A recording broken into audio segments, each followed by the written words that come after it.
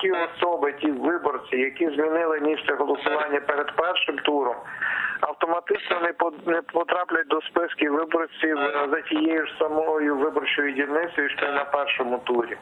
Тому їм треба буде повторити цю ж саму процедуру, тобто прийти в орган ведення Державного реєстру виборців з заявою не пізніше 15 квітня про те, щоб змінити місце голосування. Процедура ідентична тій, яка була перед першим туром.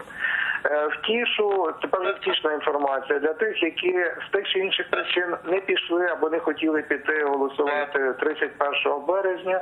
В них залишається можливість зробити це під час повторного голосування. І в кого є виборча адреса Кримська чи Донецька, Луганська, вони можуть змінити місце голосування, теж прийти не пізніше 15 квітня з заявою до органу ведення Державного реєстру виборців.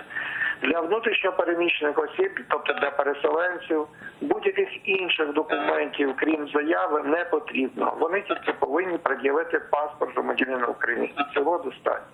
Коли це вже можна починати робити? До оголошення офіційних результатів виборів першого туру чи вже після? Це треба буде зробити на наступний день після прийняття Центральної виборчої комісії рішення про призначення повторного голосування. Ось ЦВК оголосить в якийсь день результати першого туру і призначить повторне голосування. Умовно кажучи, якщо це буде в суботу, цієї суботи, то вже неділя-понеділок починаючи можна йти з відповідними заявами.